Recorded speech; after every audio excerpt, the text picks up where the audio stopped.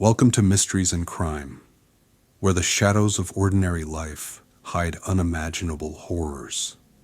Tonight, we peel back the layers of one of America's most haunting family tragedies, the case of Chris Watts. Clue of the night. What small detail first raised suspicions before the confession?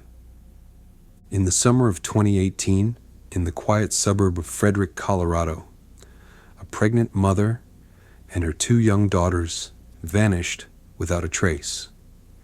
The family man left behind appeared devastated, until the truth unraveled. The victims, Shanann Watts, and daughters, Bella, age 4, and Celeste, age 3. It was Monday morning, August 13th, when Shanann Watts, 34 years old and 15 weeks pregnant, returned home from a business trip around 2 in the morning. Her friend and colleague, Nicole Atkinson, grew concerned when Shanann missed a scheduled doctor's appointment and failed to respond to messages. By mid-morning, Nicole contacted Chris Watts, Shanann's husband, and eventually alerted local authorities. Officers from the Frederick Police Department arrived at the Watts residence for a welfare check just after 1 p.m. They knocked. No answer. Chris soon arrived. He allowed them inside. The home was eerily quiet. Purses, keys, and Shanann's phone were still in the house. Yet there was no sign of her or the children. Outside, neighbors watched. One showed police his home security footage. It captured Chris backing his truck into the driveway early that morning. An unusual move for someone who claimed his family had simply disappeared. A search was launched. Flyers went up. Local and national media took notice. But as cameras rolled and the nation watched, Chris Watts stood before the media, pleading for their safe return. According to reports, something in his tone felt off. Shanann Watts was born in New Jersey in 1984. Friends described her as bright, determined, and deeply family-oriented. After struggling with health issues, she found stability and purpose through her work with the health supplement company, Thrive. On social media, Shanann projected a picture of a happy, thriving family, often praising her husband Chris and sharing tender moments with their daughters. Her two little girls, Bella Marie and Celeste Catherine, affectionately called Cece, were bundles of energy. Bella, 4 years old, was shy and observant. Cece, 3, was bold and adventurous. The Watts family appeared picture perfect in Facebook videos, holiday photos, and family gatherings. In the weeks leading up to the tragedy, Shanann had confided in friends that her marriage felt strained. During a summer trip to North Carolina, tensions flared between Shanann and Chris's family. Allegedly, she felt unsupported, isolated, and suspicious of Chris's growing emotional distance. Still, she returned home that August, hopeful. She had even bought him a gift, a baby onesie announcing their third child, a boy they had already named Nico. Shanann's final text messages, sent just hours before her death, reflect a mix of worry and effort, trying to reconnect with a husband who seemed increasingly detached. Her disappearance wasn't just a case of a missing person.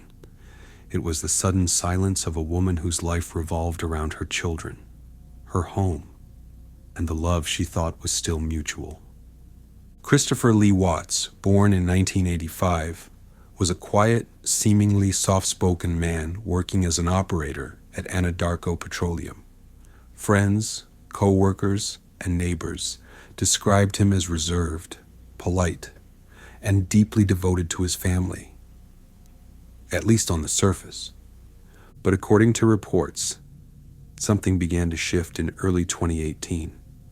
Chris lost weight, began working out more, and grew increasingly secretive. Later, it would be revealed that he was having an affair with a coworker, a woman who claimed Chris had told her his marriage was ending. Despite his calm demeanor, friends noticed changes. He was distant, distracted.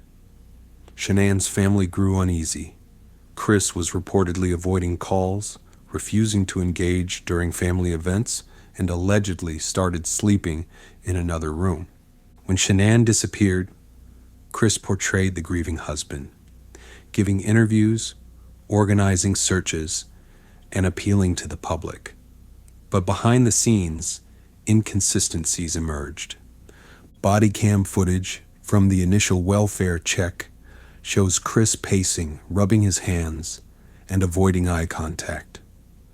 A neighbor's surveillance footage showing Chris backing his truck into the garage further fueled suspicion.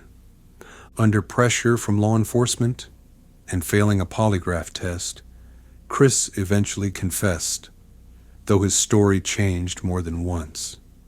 Initially, he claimed Shanann had killed the children, and he retaliated. Later, he admitted to smothering all three alone. According to his final statement, the murders took place in the early hours of August 13th, before sunrise, in a house that once echoed with laughter. It began in the still hours before dawn, August 13th, 2018. Shanann had just returned home around 2 a.m. She entered quietly, exhausted from a long work trip. Surveillance footage captured her walking up to the door, her suitcase rolling behind her. She never came out again. According to Chris Watts' eventual confession, they argued shortly after she entered the bedroom. Shanann questioned his loyalty, accused him of infidelity, and threatened to leave. Chris claimed he snapped. In his own words, he straddled Shanann and strangled her. She never screamed. Allegedly, the struggle lasted several minutes. He later told investigators she didn't fight back, though autopsy findings indicated signs of strangulation, including bruising to her neck and petechial hemorrhages in her eyes. After murdering Shanann, Chris claimed he wrapped her body in a bedsheet and dragged her down the stairs. At some point, their eldest daughter Bella walked in. "What's wrong with Mommy?" she reportedly asked. Chris told her, "Mommy was sick." Then, he loaded Shanann's body into the back seat of his work truck and placed Bella and Cece, still alive, beside her. He drove 45 minutes to a remote oil site owned by his employer, Anadarko Petroleum. According to his own chilling confession, Chris smothered Cece first. Using her own blanket, he held it over her face until her small body went still. Bella witnessed it. Her last words reportedly were, "Daddy, no." He then turned to her and repeated the same act. Autopsy reports showed both girls had signs of bruising and trauma consistent with smothering. Bella also had bite marks on the inside of her tongue, suggesting she fought to breathe. Chris buried Shanann in a shallow grave near the oil tanks. The children. He forced through 8-inch hatches at the top of 2 separate oil tanks. Their small bodies were submerged in crude oil for nearly 4 days before being recovered. Forensic teams would later describe the retrieval process as harrowing. The heat, the chemicals, the heartbreak of recovering toddlers from industrial tanks. Back at home, Chris carried on, texting friends, messaging his mistress, and giving TV interviews. In one interview, he faced the camera and said, "If you're out there, just come back. Like, if somebody has her, just bring her back." It was all a lie. Every moment captured on camera, every plea was part of a cover-up, a mask of innocence stretched over unimaginable violence. By the time he confessed, the horror was undeniable. The father, the husband, the man once pictured holding his daughters with a warm smile, had, according to his own words, taken their lives with his bare hands. No weapons, no accomplices, just betrayal and silence. The Frederick Police Department, with assistance from the Colorado Bureau of Investigation and the FBI, launched an intensive search the moment Shanann was reported missing. Officers conducted neighborhood canvassing, forensic sweeps, and interviews with friends, family, and coworkers. But it was a combination of body language and surveillance footage that initially cracked the facade. During the welfare check, a neighbor showed officers his home surveillance video. Footage that showed Chris backing his work truck into the garage at 5:17 a.m., an act he had not disclosed. Investigators noted inconsistencies in his story. He claimed Shanann had taken the girls to a friend's house, yet her car, phone, and purse were untouched. Chris agreed to a polygraph and failed. Confronted by FBI agents, he confessed, though his story shifted several times. Eventually, faced with mounting evidence and an emotional appeal from his father, Chris admitted everything. Forensic investigators faced an especially difficult task at the oil site. The location, remote, industrial, and soaked in petroleum residue, presented both health hazards and evidence degradation risks. Shanann's grave was shallow, hastily dug. Soil samples were taken. Her body showed signs of asphyxiation and trauma, but her condition allowed for an autopsy. The children, however, had been submerged in crude oil for nearly 4 days. This severely hampered evidence recovery. Their clothing was degraded, and the oil masked key forensic markers like skin trauma or fibers. Despite these conditions, autopsies revealed consistent signs of smothering. Chris's work phone, vehicle GPS, and search history all tied him to the crime scene. He had never reported Shanann missing through official channels, only responding once others raised concern. Ultimately, while the confession secured the conviction, it was a complex tapestry of digital footprints, physical evidence, and emotional unraveling that brought the truth to light. The town of Frederick, Colorado, population just over 13,000, was shaken to its core. Residents who once considered their community safe began locking their doors, watching their neighbors more closely. Vigils were held. Memorials formed on the Watts' front lawn. Stuffed animals, candles, handwritten notes addressed to Bella, Cece, and Shanann. Online outrage spread quickly. How could a father, a husband, commit such an unthinkable act? Many in the community had interacted with the Watts family casually, at school events, local parks, or grocery stores. The disconnect between appearance and reality haunted them. Grief turned into anger. The case exploded across national media. Networks like CNN, NBC, and ABC aired near-constant updates. Headlines asked, "What drove this family man to murder?" Social media fueled public discussion, dissecting Chris's interviews, body language, and even the Watts' social media posts. Shanann's online presence was especially scrutinized. Critics and supporters clashed in online forums, debating portrayals of family life and emotional control. Documentaries soon followed, including Netflix's American Murder: The Family Next Door, which used real footage and texts to reconstruct the case. But amidst the coverage, one unsettling truth persisted. Sometimes monsters wear familiar faces.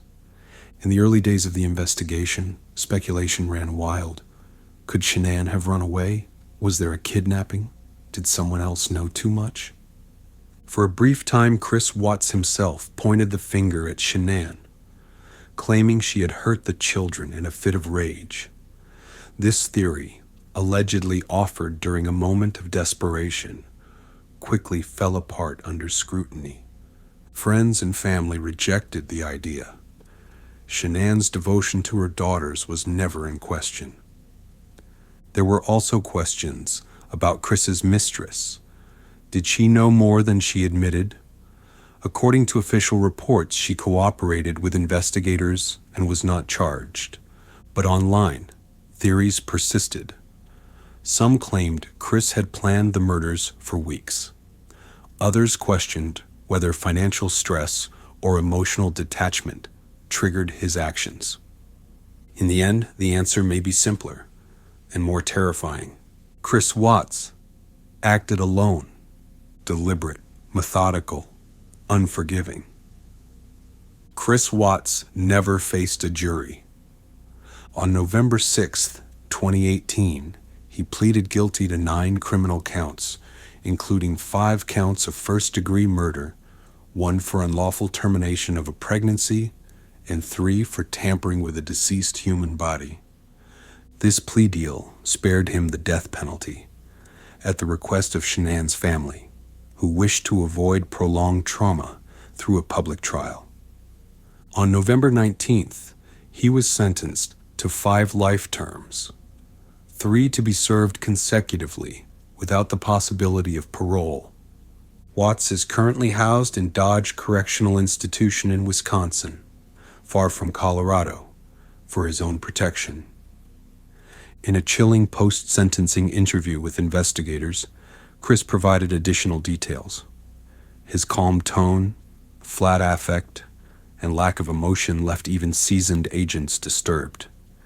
There would be no appeals, no second chances, only a lifetime of silence. Behind steel bars, even with a full confession, questions still echo. Why did Chris Watts choose that morning? What happened in the hours between Shanann's return and her death? Was there a moment when he could have stopped himself? Some speculate he had planned it for weeks. Others believe it was spontaneous. A fatal collision of desire, secrecy, and detachment. And what about the children's awareness? What did Bella see? What did she understand? According to reports, her final moments were spent fighting, whispering, "No, Daddy," again and again. Those words still haunt investigators. They remind us that even in horror, innocence fights back. The Watts family murders left a permanent scar on the town of Frederick and beyond. In neighborhoods across the country, families reevaluated what it means to know someone. True crime communities, victim advocates, and law enforcement use this case as a stark example of how domestic violence can simmer beneath the surface, even in homes that seem whole. Educational campaigns followed, urging people to speak up, to recognize red flags, and to protect those trapped in silence. The names Bella, Cece, Shanann, and baby Nico became more than a headline. They became a call to awareness and remembrance. What are your thoughts on the Chris Watts case? Could a different turn of events have changed everything? Let us know in the comments below. Did you catch tonight's clue? What small detail first raised suspicions before the confession? Drop your guess, and maybe you'll be our next featured sleuth. As always, stay curious, stay vigilant, and stay safe.